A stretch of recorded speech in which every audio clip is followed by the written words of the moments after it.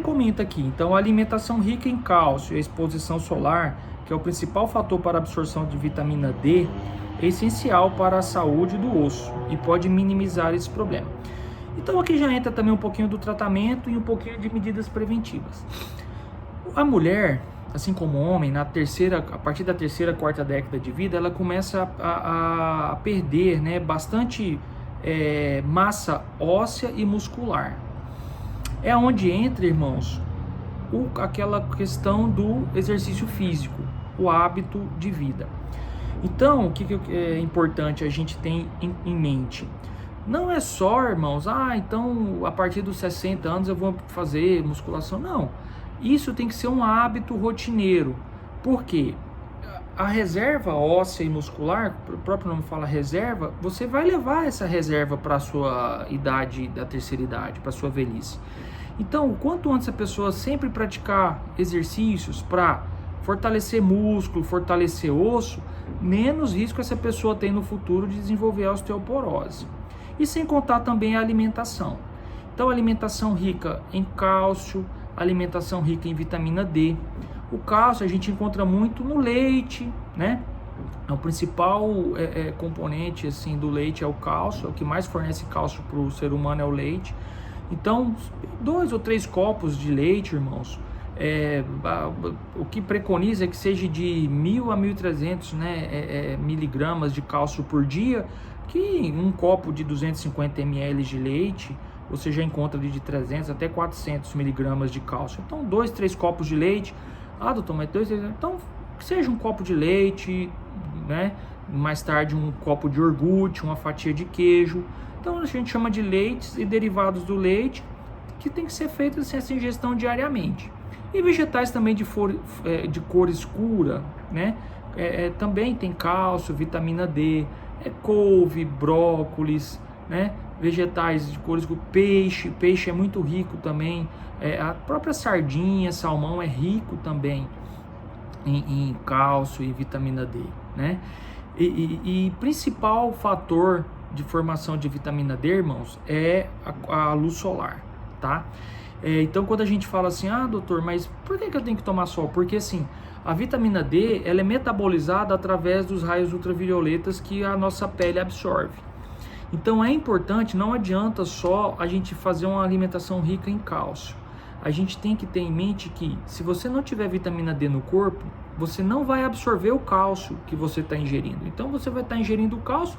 Quem ajuda a absorção da vitamina do cálcio é a vitamina D. E a vitamina D nada mais que você tomar um pouquinho de sol, né? Que seja aí 10 a 15 minutinhos diários, num horário em que não tenha tanto risco à luz solar, né? Um horário que o sol está um pouco mais brando, ali em torno de, de 9 às 11 da manhã. É importante expor um pouquinho também os ombros, né? Não é só aqui o rosto, para não acumular muito sol no lugar. Expõe um pouquinho os ombros, as costas, 10 minutinhos que seja, num horário que não seja um sol muito forte, para também não vir a causar outros agravos aí, como câncer de pele, que é muito perigoso. Então aqui entra nessa tríade, né? Exercício físico, alimentação, né? E preocupação com, a gente vai comentar aí depois, a questão do sol, né? A exposição à luz solar. Então aqui ele fala, o segundo tópico, o que provoca a osteoporose? E o principal fator, irmãos, é esse. Falta de atividade física, falta de uma boa alimentação e falta da luz solar. Esses são os principais fatores. Mas tem também o fator genético, como a maioria das doenças. Então, se você tem na família pessoas que têm osteoporose, então já tem que ligar um sinalzinho de alerta para não vir a desenvolver e fazer exames cada vez mais cedo para estar acompanhando isso aí. Então, história familiar tem importância, né? Que fala aqui. Pessoas de pele branca têm mais disposição, pessoas, né, que têm estilo de vida sedentário, e tudo isso que a gente está comentando. Pessoas que também têm maus hábitos, ele fala aqui, né, em etilismo, tabagismo, mas o principal, acho que para a gente aqui nesse contexto, é o sedentarismo, né? O sedentarismo, que é a falta de atividade física, esse é o mais importante. Pessoas que fazem uso de medicamentos, entre os medicamentos, o principal, o que mais pode trazer problemas é os glicocorticoides, que são os corticoides, né? Pessoas que costumam ir a tomar corticoide, vamos supor, o asmático, toma prednisona, prednisolona, hidrocortisona.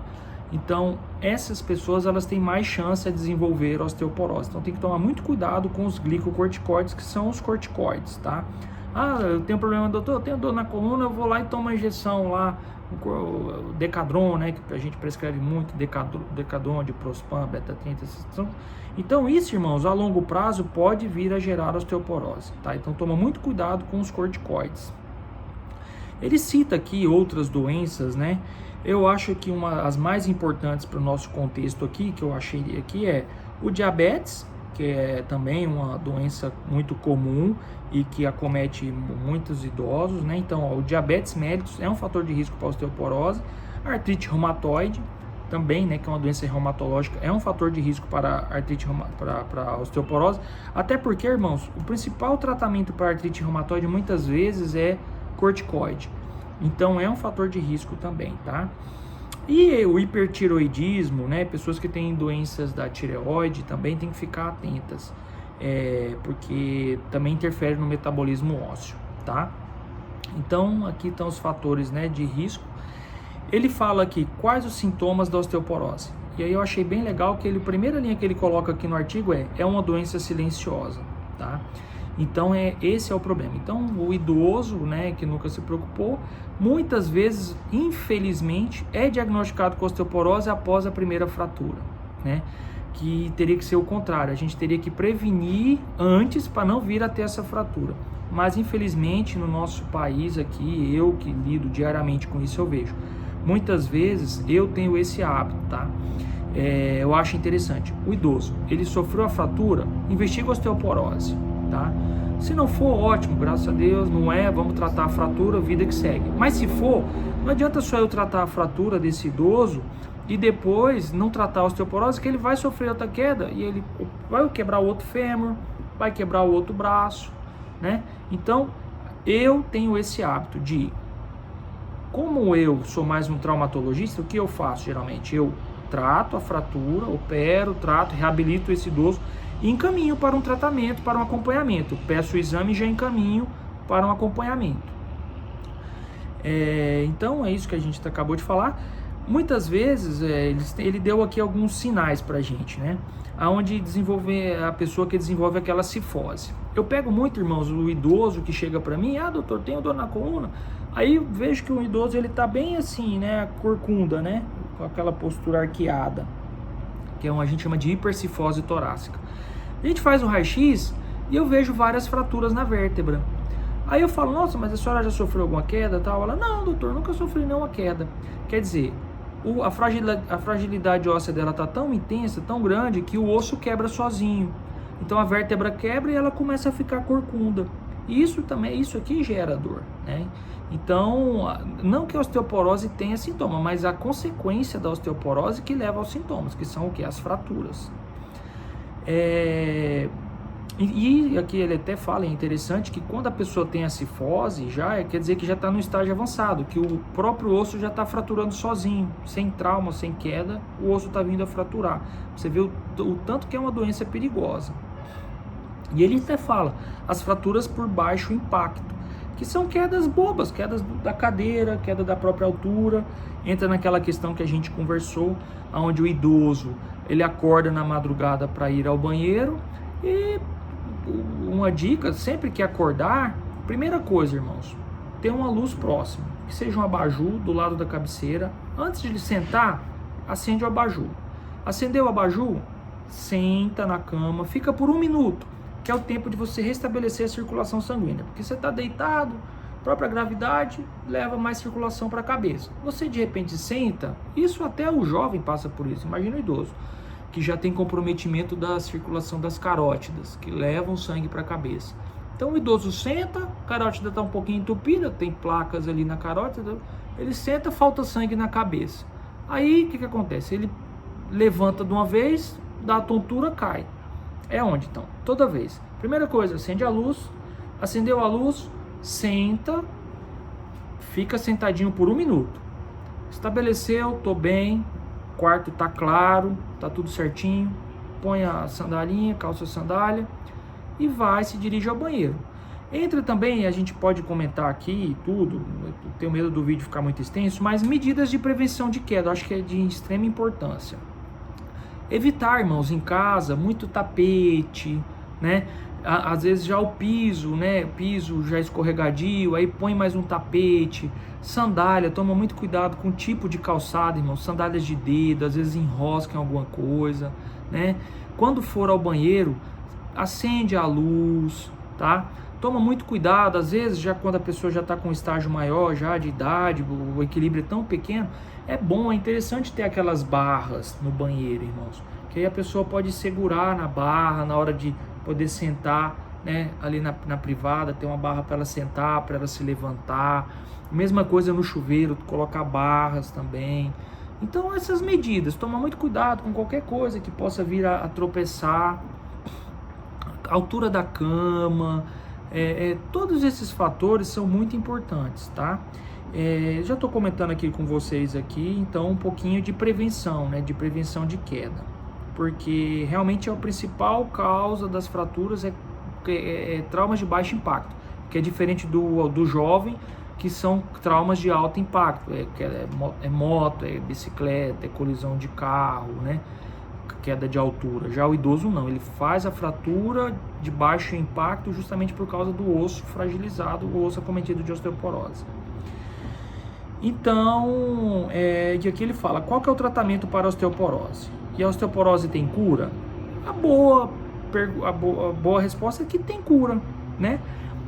Diferente de outras doenças silenciosas, como diabetes, a hipertensão arterial, que muitas vezes não tem cura, a pessoa tem que tomar. A osteoporose, irmãos, uma boa notícia é que a maior parte das vezes, nem todas, mas grande parte das vezes a gente consegue curar com essas medidas que ele vai falar aqui. Ele cita aqui alguns medicamentos. A gente tem medicamentos que a gente chama de antirreabsortivos, né? Que são os bisfosfanatos, né? Que é o alendronato, o resendronato, que eles impedem que tire cálcio do osso. E já existem outras linhas de medicamentos, né, medicamentos mais novos, que se chamam os medicamentos formadores de osso. Então um deixa que tire o cálcio e outro ajuda a formar osso. Só que são remédios, irmãos, que têm muitos efeitos colaterais, entendeu? Então o ideal mesmo é a gente preconizar aquilo ali, mudança do estilo de vida. Alimentação rica em cálcio, rica em leite, derivados de leite, peixes, né? Vegetais da cor escura, proteína, carne, né? Então esse é o principal. Mas quando você já está num estágio que tem que fazer uso de medicamentos, os principais medicamentos são esses que a gente mais usa, são esses antirreabsortivos, que é o alendronato, o resendronato e outros bisfosfanatos que existem aí no mercado.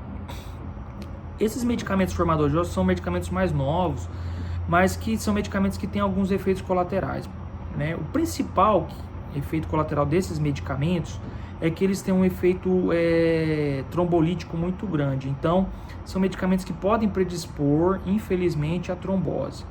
Então, a gente usa em alguns casos, realmente, quando exclui todo o fator de risco para trombose, pessoas que têm varizes, né? Pessoas que têm uma maior predisposição à trombose, a gente não pode prescrever esse tipo de medicamento. Então ele fala aqui um pouco desses medicamentos, ele fala até do paratormônio, já tem medicamentos que estimulam reposição hormonal, né? Aquilo que a gente comentou, a mulher quando entra na menopausa, o estrogênio cai, e principalmente mulheres jovens, aí de 40 a 50 anos, diagnosticadas com osteoporose, e que o fator de risco realmente o que levou foi a queda do estrogênio, a gente introduz o estrogênio, a reposição hormonal, para que essa mulher possa adquirir massa óssea novamente, e seguir em diante.